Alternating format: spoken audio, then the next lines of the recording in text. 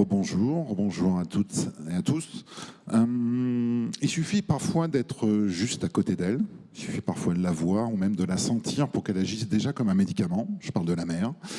Et la thalassothérapie est quelque chose, une pratique qui est presque vieille comme le monde. Mais ce n'est pas tout.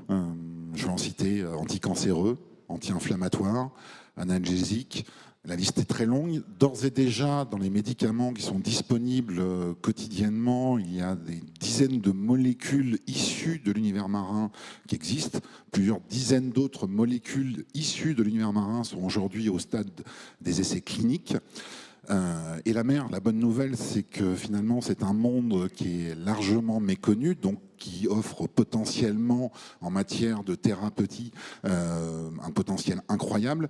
Mais, et c'est un gros mais, c'est aussi un domaine, un secteur qui est largement sous la menace et peut-être avec des choses qui vont nous échapper d'ores et déjà et dans les années qui viennent. On va essayer de comprendre à la fois ce potentiel et à la fois ces menaces avec nos deux invités qui ont la gentillesse d'être avec nous aujourd'hui. Déborah Laimi. Déborah Laimi, vous êtes chercheuse associée à l'EDHEC Business School dans le domaine de management de l'innovation et de la santé.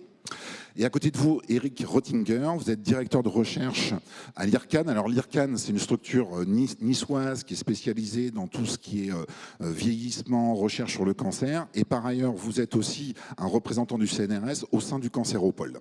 Alors Eric, je vais peut-être commencer par vous, et pour qu'on rentre vraiment dans le sujet. Je sais que le temps est compté, mais c'est un sujet vraiment fabuleux. En faisant un parallèle avec un sujet qui est largement connu par toute la salle, ce qui arrive sur la forêt amazonienne depuis des décennies où on a une mobilisation mondiale avec le recul notamment de la biodiversité et le fait que c'est connu qu'on est en train de perdre des molécules avec le recul de la biodiversité. C'est ce qui se joue aujourd'hui sur les océans, très clairement. Déjà, bonjour à toutes et à tous et merci beaucoup pour cette invitation, pour cette journée très passionnante. Merci d'être là, Eric. Donc du coup, oui, je pense que le parallèle il est assez intéressant parce que c'est exactement ce qui se passe. On perd déjà des moyens d'inspiration et d'innovation en termes de santé sans même les connaître, ces ressources. J'irai un petit peu plus loin. La forêt amazonienne, en fait, elle est quand même très localisée dans la zone équatoriale et tropicale, alors qu'on a entendu toute la journée, l'océan, c'est 70% de notre Terre, avec des profondeurs abyssales, avec des habitats, des écosystèmes différents et des adaptations pour les organismes qui y vivent, qui sont très spécifiques à chaque habitat et qui sont donc source d'inspiration, qui sont source de molécules et qu'on ne connaît pas encore. On a sous-exploré justement ce terme et on l'exploite déjà sans vraiment connaître les dégâts qu'on fait et sans avoir extirpé l'espoir qu'on aurait pour la santé et l'avenir. Donc un potentiel énorme qui peut nous échapper, tout n'est pas perdu, hein, ça, on ne va pas être défaitiste, mais en tout cas la menace est réelle. On reviendra sur cette notion qui vous est chère de bio-inspiration, qui est une pratique vieille comme le monde, c'est la bio-inspiration, c'est-à-dire comment la science, et notamment la science médicale, peut s'inspirer du monde environnemental ou animal ou autre. Une question particulière quand même, c'est que le monde marin, pour un humain, en tout cas, est considéré comme un milieu relativement hostile. Est-ce que cette hostilité favorise justement le fait qu'il y ait des réponses en termes de biochimie, moléculaire, voire même mécanique, qui seraient des sources thérapeutiques formidables ? C'est exactement ça. Deux exemples, un qui fait un lien avec une séance de ce matin sur les récifs coralliens. On a les coraux qui vivent en plein soleil pendant toute la journée, sans protection apparente. Nous, si on fait ça, on a un coup de soleil le soir et le lendemain, on a la peau qui pèle et on a toutes les maladies qui se développent avec. Les coraux ont développé des mécanismes qui les protègent des rayons UV et peut-être aussi des mécanismes de réparation à l'ADN pour empêcher des problèmes de type de cancer. C'est ce qu'on essaie de creuser. Le deuxième exemple, et je pense qu'il est très parlant pour tout le monde ici, c'est dans les sources hydrothermales, il y a une bactérie qui a été identifiée aussi dans le parc Yellowstone, c'était ça l'origine. Mais c'est des bactéries qui sont capables de vivre à 85 degrés. Et ça, c'est une chose déjà assez fascinante. Mais elles sont capables aussi de dupliquer leur ADN à cette température-là. Donc, du coup, il y a des chercheurs qui ont essayé de comprendre quel est l'enzyme qui leur permet de faire cette duplication d'ADN à des températures aussi élevées. Et donc, ils ont identifié une enzyme qui s'appelle la Taq polymérase. Et c'est cette Taq polymérase qu'on a tous utilisée quand on a fait la PCR pendant l'épidémie Covid. Et donc, du coup, c'est exactement un exemple pour moi. En fait, c'est conditions extrémophiles qui permettent des adaptations particulières, qui permettent de trouver des mécanismes moléculaires enzymatiques, des protéines, qui ont des capacités différentes de notre organisme et qui ouvrent des voies vers l'innovation et la santé. Cette hostilité, finalement, décuple les réponses de la nature, j'allais dire, et l'imagination qu'elle peut avoir avec, du coup, autant de molécules potentielles. Déborah, il y a une autre lecture aussi par rapport au monde de la santé, et une lecture, peut-être on va prendre le temps de l'expliquer parce qu'elle est importante. Il y a un concept qui traverse, on va dire, le monde de la santé depuis une grosse décennie, qui est le concept One Health. Alors déjà, peut-être expliquer ce concept, et parce qu'il est directement lié au sujet qui est le nôtre sur l'océan, le médecin de demain. Exactement. Alors le lien peut ne pas être forcément très évident, hormis le point précédent que vous nous avez présenté, avec l'idée que l'océan finalement va nous permettre d'apporter des solutions thérapeutiques pour l'homme. En fait, le lien date d'un certain temps, puisque Descartes avait déjà un peu imaginé cette notion, mettant en avant l'idée de prendre possession sur la nature pour défendre ce que nous avons de plus essentiel, à savoir la santé. Mais cette approche-là a été conceptualisée au début des années 2000 au travers de la notion du One Health, une santé. L'idée, c'est quoi? L'idée, c'est de se dire... Alors, exactement. L'idée, c'est quoi? C'est de se dire qu'il existe une interrelation entre la santé humaine, la santé animale et la santé environnementale. Quand on regarde les chiffres et les tendances, en fait, 2/3 des pathologies humaines sont d'origine animale. Et en fait, l'océan abrite près de 80% de la vie sur Terre. Donc finalement, le lien paraît assez évident. Et globalement, le concept du One Health, c'est de se dire, si on veut être en bonne santé, il faut faire en sorte que les animaux qui nous entourent, l'environnement dans lequel nous vivons et l'écosystème avec lequel nous interagissons doit être en bonne santé pour nous permettre de vivre au mieux le plus longtemps possible. Ce concept de One Health, il est important parce qu'il crée un trait d'union finalement en se disant que la santé humaine ne peut pas s'abstenir finalement du fait que l'environnement se dégrade autour de nous. Il y a un concept aussi qui est lié à l'univers marin sur lequel je voudrais qu'on s'arrête 2 minutes, c'est que l'univers marin, c'est aussi un univers nourricier pour l'homme, c'est un univers de protéines. La nourriture, c'est un élément de la santé. Comment va l'océan sur le terrain de la protéine, justement ? Alors l'océan ne va pas très bien au niveau de la protéine et comme source nourricière qui nous permet de nous maintenir en vie finalement. Puisque quand on regarde cette notion-là, quelques chiffres, quelques éléments, 90 millions de tonnes de poissons qui sont pêchés chaque année. Sur ces 90 millions de tonnes, plus de 20 millions de tonnes n'atterriront jamais dans notre assiette, mais vont servir justement à alimenter peut-être d'autres animaux ou l'industrie alimentaire au global. Plus de 7 millions de tonnes en fait, ont été pêchées, mais inutilement, et donc constituent une source gâchée de nourriture parce que en fait, la pêche se fait de façon indifférenciée et, j'ai envie de dire, entre guillemets, non respectueuse de l'environnement et de l'océan et des êtres, enfin, des animaux qui y vivent. Et en l'occurrence, en fait, l'océan est une source d'alimentation qui est majeure puisqu'elle est la source, elle est garantie 1 milliard, l'alimentation d'1 milliard de personnes sur notre Terre. Et un apport de protéines qui est majeur. Or, en fait, quand on regarde, eh bien, c'est 93% des sources de protéines et de poissons qui sont exploitées chaque année, 35% en surexploitation, ce qui veut dire qu'en fait, nous altérons la source d'alimentation qui est une source majeure pour nous. Alors, mauvaise gestion du stock, on va dire ça comme ça, en raccourci. Oui. Ça, c'est une vision quantitative. En termes de quantité, exactement. Il y a une vision aussi qualitative. Exactement. C'est-à-dire que la ressource, la protéine issue d'un univers qui se dégrade ne peut pas aller en s'améliorant.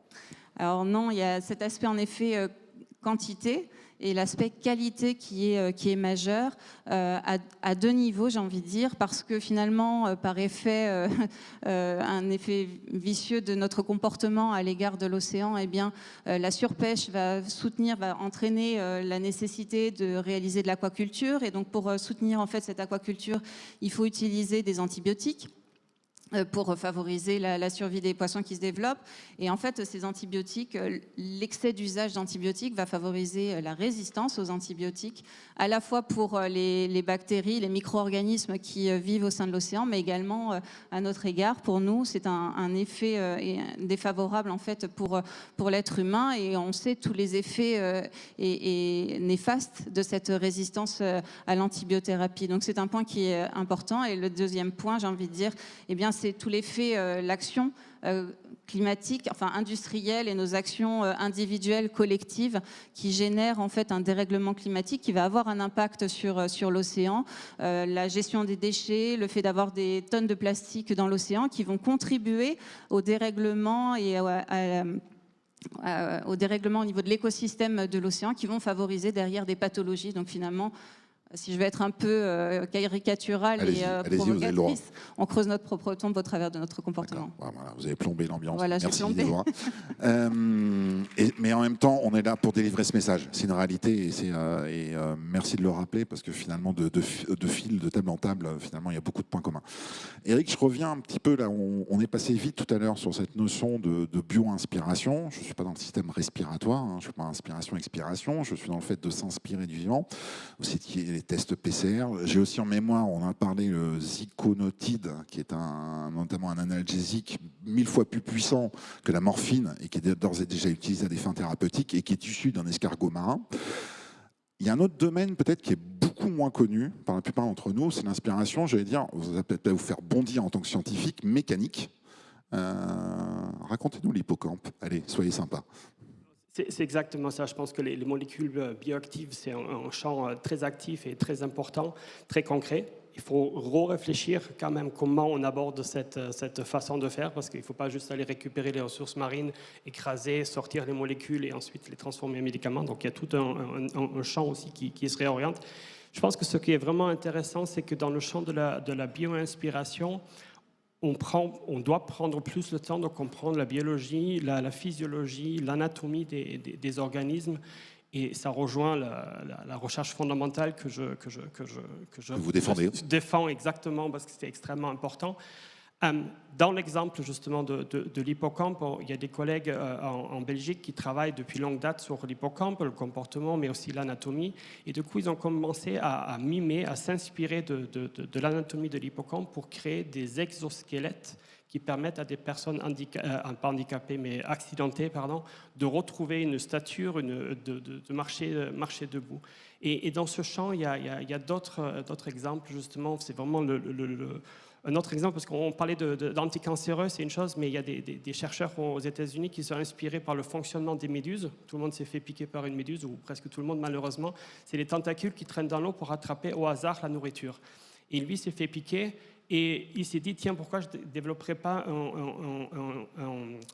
une puce de microfluidique avec des tentacules qui permettent de capter des cellules cancéreuses dans des échantillons de sang. Donc ce n'est pas pour faire de la dialyse, mais c'est pour compter et comptabiliser les cellules cancéreuses et voir si les traitements anticancéreux sont efficaces. Et donc du coup, c'est ça le côté bio-inspiration que je pense qui est très innovant, qui nécessite l'interdisciplinarité et qui, à mon avis, donne aussi un petit peu d'espoir. Il faut prendre le temps d'observer, de comprendre ce qui nous entoure dans les océans et dans l'écosystème marin. Et je pense qu'il y a plein de sources d'optimisme dans l'avenir. Il y a une autre notion aussi sur laquelle je voudrais qu'on prenne une minute pour expliquer, c'est la notion de cohorte, parce qu'elle est directement liée aussi à l'approche thérapeutique. C'est-à-dire que l'univers marin représente potentiellement en matière d'essais cliniques un laboratoire gigantesque. Alors, je pense qu'on en avait parlé un petit peu. Ouais. Je pense qu'il y a quelque chose, on parle du changement climatique, on parle du réchauffement, et on voit les effets sur nous, on souffre plus. Les animaux souffrent depuis longue date de ce changement climatique.